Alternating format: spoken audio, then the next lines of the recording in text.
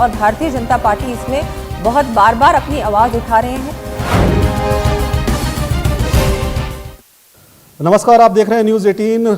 इस खास मुलाकात में आपका स्वागत है। आज हमारे साथ इस खास मुलाकात में खास मेहमान हैं राजसमंद से सांसद, पूर्व एमएलए और जयपुर के पूर्व राज परिवार के सदस्य दिया कुमारी जी, जो शिक्षा, बालिका शिक्षा, महिला सशक्तिकरण और संस्कृति संरक्षण की कई मुहिम, कई संस्थाओं से भी जुड़ी हुई हैं।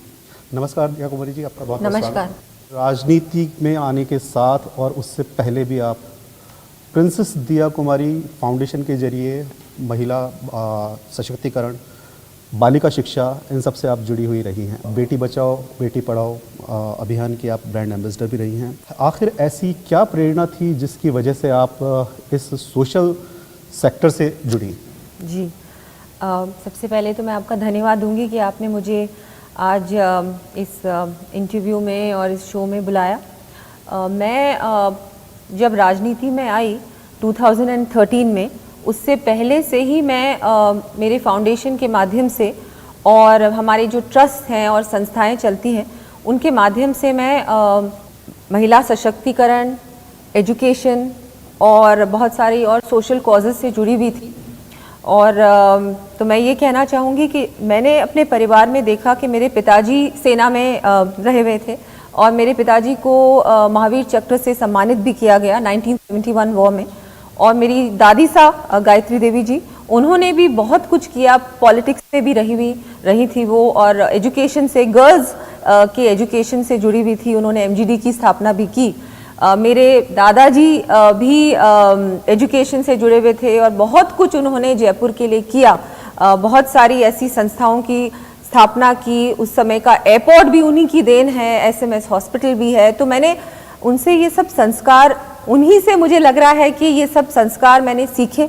और परिवार में जिस तरह से कभी भी कहीं भी कोई भी जयपुर में कोई भी ऐसी घटना होती थी तो मेरे जो फादर थे वो इमीडिएटली अपनी जोंगा में बैठ के, जीप में बैठ के वहाँ पहुँच जाते थे कि भाई कहीं भी किसी को कोई तकलीफ हो रही है, प्रॉब्लम हो रही है, मेरा कर्तव्य है कि मैं वहाँ पहुँच के उनकी मदद करूँ। तो ये ही मैंने बचपन से देखा और मुझे लग रहा है इसी को देखते हुए मैंने भी, मेरे जीवन में एक ऑटोमेटिकली ये चीज़ आई कि मुझे भी सोसाइटी के लिए और हमारी यहाँ की जनता के लिए कुछ ना कुछ करना है, ये मेरा कर्तव्य है। ये मुझे लग रहा है अपने आप ही मेरे अंदर इस तरह की ये हुई कि मुझे कुछ करना है। और फिर मैंने अपने दोनों स्कूल्स जो है, महाराजा सवाई भवानी सिंह स्कूल और पैलेस स्कूल, ये दोनों मैंने उसकी शुरुआत की। और फिर मेरा जो फाउंडेशन है पीडीकेएफ, उसमें भी हम लोग बहुत कुछ करते हैं महिलाओं के लिए, गर्ल चिल्ड्रन के लिए।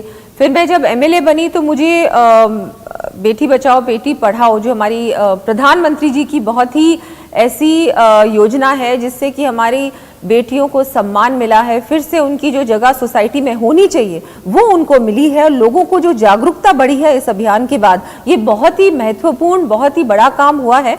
और मुझे उसका ब्रांड एम्बेसडर बनने का सौभाग्य भी मिला जब हमारी सरकार थी राजस्थान। तो दिया कुमारी जी, कंटेम्प्रेरी सोसाइटी में हर चीज़ की परिभाषाएं बदलती जाती हैं, वो डेवलप होती, इवॉल्व होती चीज़ें। वुमेन एम्पावरमेंट के मायने आपके लिए क्या हैं? मेरे लिए वुमेन एम्पावरमेंट जब महिला में सेल्फ कॉन्फिडेंस बढ़ता है और वो अपने आप को सशक्त, अपने अंदर से जब उसके अंदर ये आवाज़ मुझे लग रहा है उठती है और वो अपने आप को पूरी तरह से कॉन्फिडेंट, इंडिपेंडेंट और सशक्त अपने आप समझती है, तभी वो सही मायने में एम्पावर्ड होती है। बहुत ज़रूरी है कि वो एजुकेशन अपनी कंप्लीट करे और किसी भी तरह से किसी के ऐसा ना सोचे कि मैं किसी के पीछे हूँ या मेरे में वो काबिलियत नहीं है। तो अपने आप को मजबूती से साबित करना और उसके लिए जो भी कुछ सोसाइटी कर सकती है, मुझे लग रहा है जैसे एजुकेशन मैंने कहा बहुत ज़रूरी है, अपनी एजुकेशन को कंप्लीट करना, उसके बाद अपने पैरों पे खड़े होना, चाहे वो जॉब के माध्यम से हो या किसी और चीज़ के माध्यम से हो। बहुत सारी महिलाएं अपना खुद का बिजनेस भी आजकल स्थापित करती हैं और बहुत अच्छी तरह से अपने आप को इस्टेब्लिश कर चुकी हैं। वो हमारे लिए रोल मॉडल्स भी हैं ऐसी बहुत सारी महिलाएं। तो मैं सोचती हूँ कि पूरी तरह से आत्मनिर्भर होना, आत्मनिर्भर भी एक बहुत बड़ा अभियान है हमारे प्रधानमंत्री जी का और मैं मानती हूँ कि महिला जब अपने आप को कम्प्लीटली इंडिपेंडेंट और आत्मनिर्भर समझेगी और उसके अंदर से एक सेल्फ कॉन्फिडेंस जागरूक होगा, तब वो मैं मानती हूँ असली विमेन एम्पावरमेंट का मतलब मेरे हिसाब से वही है। दिया कुमारी जी, आप एक ऐसे परिवार से ताल्लुक़ रखती हैं जिसके जो शासक रहे हैं, जिनका जनता का, लोगों का वर्तमान और भविष्य जिनके सीधे हाथों में होता था, जिनके फैसले उनका भविष्य तय करते थे, उस परिवार के एक सदस्य होते हुए आप इस लोकतंत्र वाली राजनीति में आई हैं जहां पर जनता चुनती है। तो इस लोकतंत्र वाली राजनीति में उतरने के पीछे आपकी क्या सोच, क्या प्रेरणा रही है? जी, जब मैं राजनीति में आई तो मैं सडनली आई राजनीति में। मेरा ऐसा कोई प्लान्ड इंटेंशन नहीं था कि मैं राजनीति में आऊँगी, लेकिन उस समय परिस्थितियाँ ऐसी थी और फिर पूर्व मुख्यमंत्री जी ने भी मुझे प्रेरित किया कि आप पॉलिटिक्स में आए। और बहुत ही मेरा सौभाग्य था कि प्रधानमंत्री जी की जो रैली जयपुर में हुई थी 2013 में, उसमें मुझे पार्टी में ले लिया गया। और फिर उसके बाद मैंने एमएलए का चुनाव लड़ा सवाई माधोपुर से। उस समय, लेकिन आप जब ये तुलना कर रहे हैं उस समय की बात जब राजतंत्र था और मेरा परिवार जब उस समय जब हम लोग सब बहुत अलग परिस्थितियां थी और लोकतंत्र नहीं था, मैं तो ये कहूँगी कि मैंने वो ज़माना नहीं देखा, मैं तो उसके बाद पैदा हुई हूँ, लेकिन कहानियाँ बहुत सुनी। और उस समय भी मैं मानती हूँ कि जिस तरह से मेरे पूर्वजों ने जो शासन किया, उनका भी ये था कि बहुत जनता से जुड़ाव था और जनता को साथ लेके 36 कौमों को एक साथ लेके विकास कैसे किया जाए, और क्षेत्र का भी वो एक परिवार के सदस्य की तरह, परिवार की मुखिया की तरह ही उनका जो उनकी विचारधारा थी वो वैसी थी। और वो उसी तरह से काम करते थे कि भाई हमको सबको एक साथ लेके काम करना है, जनता के एक एक व्यक्ति के लिए चिंता करना, उसके लिए हम लोग क्या कर सकते हैं, वो विचारधारा रहती थी। और जनता की सेवा करना मुख्य उनका वही काम होता था। और बहुत कुछ उन्होंने उस समय किया भी, बहुत ज़्यादा सभी परिवारों ने उनका जो कंट्रीब्यूशन रहा इमेंस रहा, बहुत बहुत कंट्रीब्यूशन था। और अब जो है वो लोकतंत्र है। अब मैं भी यही सोचती हूँ कि मुझे जनता की सेवा करनी है, मेरे से जो भी हो सकता है, जितना भी मैं कर सकती हूँ 100% मैं प्रयास करूँ कि मेरे क्षेत्र की जनता का जो भी मैं जितना भी उनका काम है, विकास का कार्य है, और भी कोई व्यक्तिगत रूप से भी मैं उनकी मदद कर सकूँ, तो मेरी प्राथमिकता यही रहती है। तो आपके पूर्वजों से जुड़ी हुई बात, राम के वंशज हैं आप लोग, और अब तो राम मंदिर भी बन रहा है, तो राम राज्य और राम मंदिर, इसको लेकर के आप क्या कहना चाहेंगे? नहीं, बहुत ही सौभाग्य की बात है और बहुत ज़्यादा खुशी की बात है और गर्व की बात है कि फाइनली हमारा राम मंदिर जिस स्वरूप में हम देखना चाहते थे, उस स्वरूप में हमारे प्रधानमंत्री जी उसको ढाल रहे हैं और उसका कार्य भी शुरू हो गया है। और अयोध्या नगरी अब ऐसी बनेगी जैसी होनी चाहिए थी, जैसे उस समय होती थी। तो फिर से अयोध्या नगरी को वही सम्मान, वही उसी रूप में लाया जाएगा जिस रूप में उस समय राम राज्य के समय होता था। और हम सभी एक एक व्यक्ति के लिए, एक एक नागरिक के लिए गर्व की बात है और मेरे लिए भी बहुत गर्व की बात है। और जहाँ तक आप वंशज की बात करें तो हम लोग, हमारा जो डिसेंट है हम लोग कुश से लेते हैं और हमारे पास वो वंशावली भी है संग्रहालय में, हमारे म्यूजियम में।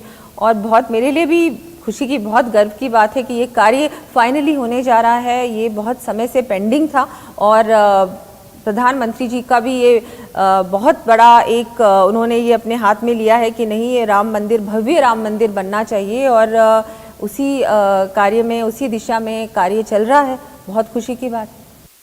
दिया कुमारी जी से बातचीत का सिलसिला जारी रहेगा। अभी यहाँ रुकते हैं हम एक छोटे से ब्रेक के लिए। वुमेन एम्पावरमेंट के मायने आपके लिए क्या है? बहुत ज़रूरी है कि वो एजुकेशन अपनी कंप्लीट करे। आपकी पार्टी लगातार कांग्रेस सरकार को अपनी निशाने पर ले रही है, बहुत ही ज़्यादा चिंता का विषय है और भारतीय जनता पार्टी इसमें बहुत अपनी निशाने पर ले रही है, बहुत ही ज़्यादा चिंता का विषय है और भारतीय जनता पार्टी इसमें बहुत बार बार अपनी आवाज़ उठा रहे हैं। ब्रेक के बाद आपका एक बार फिर से स्वागत है इस खास बातचीत में। दिया कुमारी जी, हम बात करते हैं अब राजनीति की। प्रदेश में अपराध और ख़ास तौर से महिलाओं से जुड़े हुए अपराध को लेकर आपकी पार्टी लगातार कांग्रेस सरकार को अपने निशाने पर ले रही है और दूसरी ओर जो कांग्रेस के लीडर हैं, कांग्रेस की सरकार है, वो ये कह रही है कि ये महज एक आंकड़ों का हेरफेर है और सोशल मीडिया पर ज़बरदस्ती इसका एक हवा बनाया जा रहा है। आपको क्या कहना है, ऐसा है या नहीं है? मैं तो आपको कहूँगी कि जिस तरह से क्राइम बढ़ा है, स्पेशली क्राइम अगेंस्ट वुमेन, महिलाओं के प्रति जिस तरह से अपराध बढ़ा है इन 2 वर्षों में, ये बहुत ही दुख की बात है और बहुत ही चिंता का विषय है। और जिस तरह से हमारा प्रदेश एक बहुत ही शांतिपूर्वक प्रदेश कहलाता था, लेकिन अब इन 2 वर्षों में ये रेप कैपिटल बन गया है पूरे देश का, राजस्थान। ये बहुत ही हम सभी के लिए शर्म की बात है और इसके लिए जो राज्य में सरकार है उनको बहुत सख्त कदम उठाने चाहिए। उनको इसके बारे में बहुत ही गंभीरता से इस विषय को लेना चाहिए, लेकिन ये लग नहीं रहा कि बिल्कुल भी गंभीरता से ले रहे हैं। आए दिन किसी ना किसी जगह से कोई ना कोई अपराध की घटना महिलाओं के प्रति आती रहती है, चाहे माइनर्स की बात करें चाहे महिलाओं की बात करें। बहुत ही ज़्यादा चिंता का विषय है और भारतीय जनता पार्टी इसमें बहुत बार बार अपनी आवाज़ उठा रहे हैं। हम लोग महिला आयोग के चेयरपर्सन से भी दिल्ली में मिले थे, हमारा एक प्रतिनिधि मंडल। उसके बाद उन्होंने टीम भेजी और उसके बाद टीम की जो रिपोर्ट थी उसमें भी यही आगे आया कि राजस्थान महिला अपराध में नंबर 1 पे पहुंच चुका है। तो ये बहुत ही दुर्भाग्यपूर्वक है कि हमारे प्रदेश में अब ये स्थिति है और इसके लिए प्रदेश सरकार कोई भी सख्त कदम नहीं उठा रही है। ये बस ये कह रहे हैं कि भारतीय जनता पार्टी हम पे यूं ही इल्ज़ाम लगा रही है, जबकि ऐसी बात नहीं है। नेशनल क्राइम ब्यूरो कोई हमारा बनाया हुआ नहीं है, उसकी रिपोर्ट अगर गलत हो सकती है, महिला आयोग की रिपोर्ट गलत हो सकती है, तो फिर उनको क्या बोल सकते हैं। ये आपने देखा होगा हमारी भरतपुर सांसद के साथ क्या हुआ। अगर मेरे साथ भी राजसमंद चुनाव के समय कुछ घटनाएं हुई थी। जब हमारी सांसद ही सुरक्षित नहीं है तो एक आम महिला के साथ क्या हो रहा होगा प्रदेश में। और आरोप प्रत्यारोपों के इसी दौर में कांग्रेस उल्टे एक ये इल्ज़ाम और लगाती है कि 25 सांसद हैं राज्य के, लेकिन वो कुछ नहीं किया उन लोगों ने। तो आपके पास में ऐसा क्या है कि आपके क्षेत्र में आपने ऐसा क्या किया है ताकि उन लोगों को इनका जवाब दिया जा सके? जी, मैं तो ये कहूँगी उनको कि हम लोग जिस तरह से काम कर रहे हैं, लीडरशिप हमारी प्रधानमंत्री जी की और हमारी केंद्र सरकार की, 25 के 25 सांसद लगातार काम कर रहे हैं। कोविड की पहली लहर में भी और कोविड की दूसरी लहर में भी भारतीय जनता पार्टी संगठन ने भी और हमारे सभी सांसदों ने और हमारी पार्टी के सभी एमएलएज ने लगातार काम किया है जनता के बीच रहकर। आज जो मुफ्त वैक्सीन मिल रही है और मुफ्त राशन मिल रहा है वो भी केंद्र सरकार की ही देन है। तो ये हमको क्या कह रहे हैं, इन्होंने तो हाथ खड़े कर दिए थे 2 महीने बाद कि हम तो वैक्सीन प्रोक्योर नहीं कर सकते, अब ये आप ही करिए। तो केंद्र सरकार ने, प्रधानमंत्री जी ने अपने ऊपर ये काम लिया और 18 से ऊपर सभी को, पूरे देश के हर एक नागरिक को मुफ्त वैक्सीन लगाने का जो जिम्मा है, जो ये बहुत बड़ा काम है, ये अपने ऊपर लिया है। और मेरी अगर आप बात करें तो मैंने भी कोविड फर्स्ट लहर में और दूसरी लहर में लगातार काम किया। मैं उस बीच में भी अपने क्षेत्र में जाती रही, जहां भी किसी भी प्रकार की आवश्यकता हुई, ऑक्सीजन कॉन्सेंट्रेटर्स दिए। हमारा जितना भी एमपी लैब था पूरा पीएम केयर्स में गया। उसके बाद भी हम लोगों ने जगह जगह एम्बुलेंसेस दी। मेरी तरफ से 3 एम्बुलेंसेस मेरे क्षेत्र में पहुंची हैं। ऑक्सीजन कॉन्सेंट्रेटर्स बड़ी मात्रा में मैंने पहुंचाए हैं, ऑक्सीजन सिलेंडर्स दिए हैं, डिजिटल एक्सरे मशीन दी है, सोनोग्राफी मशीन दी है। ये तो कोविड के काम, बाकी और भी बहुत कुछ, भोजन सामग्री भी हम लोगों ने उसका भी वितरण किया है। मेरे फाउंडेशन के माध्यम से भी हम लोगों ने फूड पैकेट्स पहुंचाए हैं, राशन सामग्री पहुंचाई है, ना केवल मेरे क्षेत्र में लेकिन जयपुर में और भी जहां भी आवश्यकता थी हम लोगों ने वहां काम किया। युवा मोर्चा ने ब्लड डोनेशन कैंप, महिला मोर्चा ने ब्लड डोनेशन कैंप। उसके अलावा मैंने अपने क्षेत्र में गोमती ब्यावर का जो NH8 का काम है 9 वर्षों से पेंडिंग था, वो काम शुरू होने वाला, उसकी सैंक्शन करवाई। इतना बड़ा काम है, ये पूरा राजस्थान को गुजरात से जोड़ता है और फिर महाराष्ट्र से जोड़ता है। इतना बड़ा काम हुआ है, क्षेत्र की जनता जानती है। प्रताप सर्किट, महाराणा प्रताप के हर एक स्थल को एक साथ जोड़ना और उसके लिए टूरिज्म की योजना बनाना, उसका भी कार्य गति पे है, उसमें भी कार्य हो रहा है। अभी स्टेट गवर्नमेंट ने सेंटर को लेटर लिखा है, उसको मैं आगे परस्यू करूंगी। उसके अलावा हमारी गैस पाइपलाइन का काम वर्षों से पेंडिंग था, वो हम लोगों ने शुरू करवा दिया। अभी ब्रॉडगेज का हमारा काम है, जो मावली मारवाड़ ब्रॉडगेज का है, उस पर भी हम लोग काम कर रहे हैं। उसका भी नए सिरे से एक सर्वे सैंक्शन हुआ है जो देवगढ़ से बर को जोड़ेगा और मैंने उसका सर्वे सैंक्शन हो गया है। उस पर भी हम लोग अब पूरा उसको परस्यू करेंगे। जो अभी ट्रेन चल रही है मीटर गेज पे, उसका मैंने एक प्रपोजल भेजा है, उसको हेरिटेज लाइन रखा जाए देवगढ़ तक, मारवाड़ से देवगढ़ तक, और वहाँ विस्टा डोम होना चाहिए ताकि टूरिस्ट को भी उसका आनंद मिले। बहुत सुंदर जगह है वो। जल, पानी, जंगल, वन्य जीव राजस्थान के लिए बहुत ही महत्वपूर्ण है। कांग्रेस वाले ये कहते हैं कि 25 सांसद हैं, दिल्ली तक राजस्थान की आवाज़ नहीं उठा पाते हैं, लेकिन हमने आपको देखा है कि रामगढ़ के लिए और यहाँ के जो वन्य जीव हैं इनके लिए आपने संसद में आवाज़ भी उठाई है, लेटर भी लिखा है। जी बिल्कुल, रामगढ़ बांध जो बहुत समय से, जहां आप 1982 में एशियन गेम्स की रोविंग का जो कंपटीशन है वो यहाँ हुआ था रामगढ़ लेक पे, और आज वहाँ पर लेक के नाम पर कुछ भी नहीं है, वहाँ इतना अतिक्रमण हो चुका है। उसके लिए कोर्ट से भी ऑर्डर आ चुका है, लेकिन यहाँ की जो सरकार है इस पर कोई भी स्टेप्स नहीं ले रही है। अतिक्रमण हटाने के लिए, उसको फिर से भरने के लिए कुछ भी नहीं किया जा रहा है। तो इस पे मैंने संसद में 0R में ये बात रखी थी, और मैं चाहूँगी कि इसको बहुत सीरियसली लिया जाए, और फिर से रामगढ़ बांध, उस समय जयपुर शहर को पानी, पूरे जयपुर शहर का पानी की जो सप्लाई थी, वाटर सप्लाई थी, वो रामगढ़ बांध से आती थी, लेकिन आज तो वहाँ पर एक बूंद पानी भी नहीं। तो इसके बारे में बहुत सीरियसली कदम उठाने पड़ेंगे। बाकी कुंभलगढ़ में जो मेरा क्षेत्र है, वहाँ भी मैं प्रयास कर रही हूँ कि टाइगर सैंक्चुरी उसको घोषित किया जाए, और पर्यावरण बचाने के लिए हम सभी लोग कोशिश कर रहे हैं। हम लोगों को अभियान दिया है हमारी केंद्र संगठन ने, भारतीय जनता पार्टी संगठन ने, कि आप सभी को मिलकर जितना हो सके उतना वृक्षारोपण करना है, और हम सभी को ये अभियान दिया गया था कि आपको रोज 10 वृक्ष लगाने हैं। राजस्थान में भी बहुत सारा इसमें काम हुआ है। प्लास्टिक मुक्त भारत का भी जो काम है, केंद्र सरकार की योजना है, उस पर भी हम लोग काम कर रहे हैं, और मैं अपनी तरफ से भी, मेरी फाउंडेशन की तरफ से भी पूरा प्रयास कर रही हूँ कि हम लोग कैसे लोगों में जागरूकता बढ़ाएं। पर्यावरण संरक्षण, कॉन्जर्वेशन, एनवायरनमेंट का कॉन्जर्वेशन, प्रोटेक्शन, ये हम सभी की जिम्मेदारी है, हर एक नागरिक की जिम्मेदारी है, और हम लोग जनप्रतिनिधि हैं तो हमारा तो कर्तव्य है कि हम लोग इसमें एक आगे बढ़कर लोगों को ये उदाहरण दें कि अगर हम लोग ये कर सकते हैं तो ये सभी को इसमें जुड़ना चाहिए। तो ये सब चीज़ें सभी के लिए ज़रूरी हैं, और ये बहुत आसान है करना, इसमें कोई ज़्यादा आपको खर्चा भी नहीं करना पड़ता, बस थोड़ा सा अवेयरनेस की आवश्यकता है जो हम सभी लोगों को, हम में होनी चाहिए, बहुत ज़रूरी है। दिया कुमारी जी से बातचीत का सिलसिला जारी रहेगा, रुकते हैं एक ब्रेक के लिए। वुमेन एम्पावरमेंट के मायने आपके लिए क्या हैं? बहुत ज़रूरी है कि वो एजुकेशन अपनी कंप्लीट करें। आपकी पार्टी लगातार कांग्रेस सरकार को अपनी निशाने पर ले रही है, बहुत ही ज़्यादा चिंता का विषय है, और भारतीय जनता पार्टी इसमें बहुत बार अपनी आवाज़ उठा रहे हैं। बहुत ही ज़्यादा चिंता का विषय है, और भारतीय जनता पार्टी इसमें बहुत बार अपनी आवाज़ उठा रहे हैं। ब्रेक के बाद आपका एक बार फिर से स्वागत है। दिया कुमारी जी, अभी हाल ही में आपको bureau of inter parliamentary union standing committee of United Nations affairs का मेंबर नॉमिनेट किया गया है। ये एक बहुत बड़ी जिम्मेदारी है जिसमें दुनिया भर के 189 एमपीज़ मिलकर के पूरे विश्व में लोकतंत्र, शांति और सस्टेनेबल डेवलपमेंट के बारे में काम करते हैं। आप इस जिम्मेदारी को किस तरह से देखती हैं? नहीं, मेरे लिए बहुत गर्व की बात है कि मुझे इसमें नॉमिनेट किया गया। इसमें सभी एमपीज़ पूरे वर्ल्ड से, सभी अलग अलग पार्लियामेंट से एमपीज़ होते हैं, और ये जो कमेटी है, इस कमेटी में पहली बार किसी भारतीय एमपी को नॉमिनेट किया गया है। ये नई कमेटी है, 2007 में इसका गठन हुआ था, और सबसे फर्स्ट मैं इंडियन हूँ जो इसमें रिप्रेजेंट करूँगी।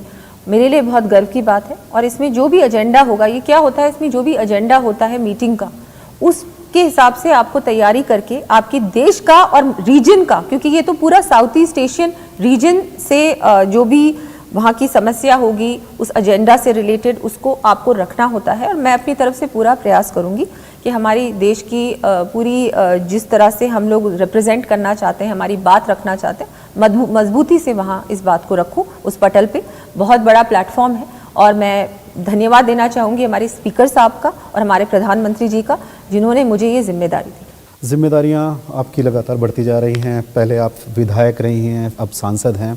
आगे आप अपने आप को किस भूमिका में देखती हैं? देखिए, अभी तो मेरी जो जिम्मेदारी है, क्योंकि मेरा लोकसभा क्षेत्र बहुत बड़ा है, तो इसमें मैं तो यही देख रही हूँ कि आगे भी मैं तो यही देखती हूँ कि मुझे अपना काम करना है। जो भी पार्टी मुझे जिम्मेदारी देगी, अभी मैं भारतीय जनता पार्टी की प्रदेश महामंत्री भी हूँ और जनरल सेक्रेटरी भी हूँ, तो वो जिम्मेदारी भी बड़ी जिम्मेदारी है, और उसमें भी मुझे जो भी कार्य दिया जाता है वो मैं करती हूँ। और आगे आने वाले समय में भी पार्टी जो भी जिम्मेदारी देगी वो मैं पूरा अपनी तरफ से 100% निभाऊंगी, और पूरा प्रयास करूंगी कि मैं उनकी जो भी वो कार्य दें उस पर मैं खरी उतरूँ। आपने कहा कि आप पार्टी के पदाधिकारी भी हैं। हम यहाँ साफ नज़र आ रहा है कि आपकी पार्टी में कुछ नेतृत्व को लेकर के कुछ खींचतान, कुछ बयानबाजियाँ चलती हैं। मतलब अलग अलग आपके नेता हैं जिनके समर्थक बार बार इस तरह के बयानबाजी करते हैं, तो नेतृत्व को लेकर के कुछ सवाल खड़े होते हैं। बतौर पार्टी के पदाधिकारी आपका इसके बारे में क्या कहना है? जी, मैं तो ये कहूँगी कि ऐसा कुछ भी नहीं है। हमारी पार्टी एक कार्डर बेस्ड पार्टी है, कार्यकर्ता बेस्ड पार्टी है, और कार्यकर्ता को सबसे ज़्यादा सम्मान दिया जाता है, जो दूसरी पार्टियों में ऐसा नहीं होता है।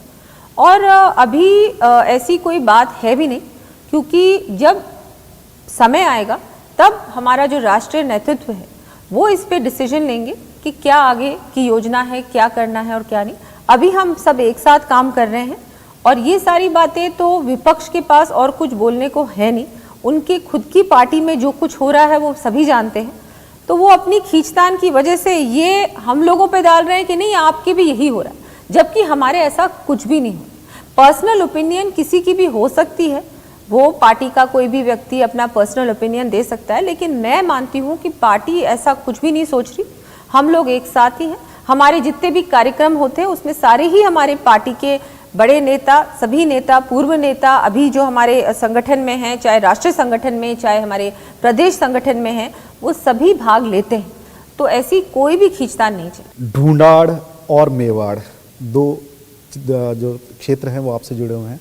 आज ढूंढाड़ की एक बेटी मेवाड़ को दिल्ली में रिप्रेजेंट कर रही है, तो लोकतंत्र की इस खूबी में आप अपने आप को किस तरीके से देखती हैं इसको? बहुत ही बड़ी जिम्मेदारी है। मुझे गर्व भी है कि मुझे ये जिम्मेदारी मिली, मुझे मेरा सौभाग्य है। मैं जयपुर की बेटी हूँ। इससे पहले मैं सवाई माधोपुर से विधायक थी, जो भरतपुर संभाग में आता है, और अभी मैं राजसमंद से सांसद हूँ, जिसमें मेवाड़ क्षेत्र भी है और मारवाड़ भी है, क्योंकि 4 जिले मेरे क्षेत्र में आते हैं। और बिल्कुल ही बलिदान, शक्ति, वीरता की धरती मेवाड़ को मैं रिप्रेजेंट कर रही हूँ। बहुत बड़ी जिम्मेदारी है, लेकिन मैं कोशिश पूरी कर रही हूँ कि मैं इस जिम्मेदारी को पूर्ण रूप से निभाऊं और जनता की सारी जितनी अपेक्षाएं हैं उस पर खरी उतरूं। और बहुत कुछ काम है जो वहाँ मुझे करना है, तो मैं पूरी तरह से अपनी जिम्मेदारी को निभाने का पूरा प्रयास करूँ। हमसे बातचीत करने के लिए दिया कुमारी जी, आपका बहुत बहुत धन्यवाद। खास मुलाकात में आज इतना ही। खबरों के लिए आप देखते रहिए न्यूज़ 18 राजस्थान। वुमेन एम्पावरमेंट के मायने आपके लिए क्या हैं? बहुत ज़रूरी है कि वो एजुकेशन अपनी कंप्लीट करें। आपकी पार्टी लगातार कांग्रेस सरकार को अपनी निशाने पर ले रही है। बहुत ही ज़्यादा चिंता का विषय है, और भारतीय जनता पार्टी इसमें बहुत बार बार अपनी आवाज़ उठा रहे हैं।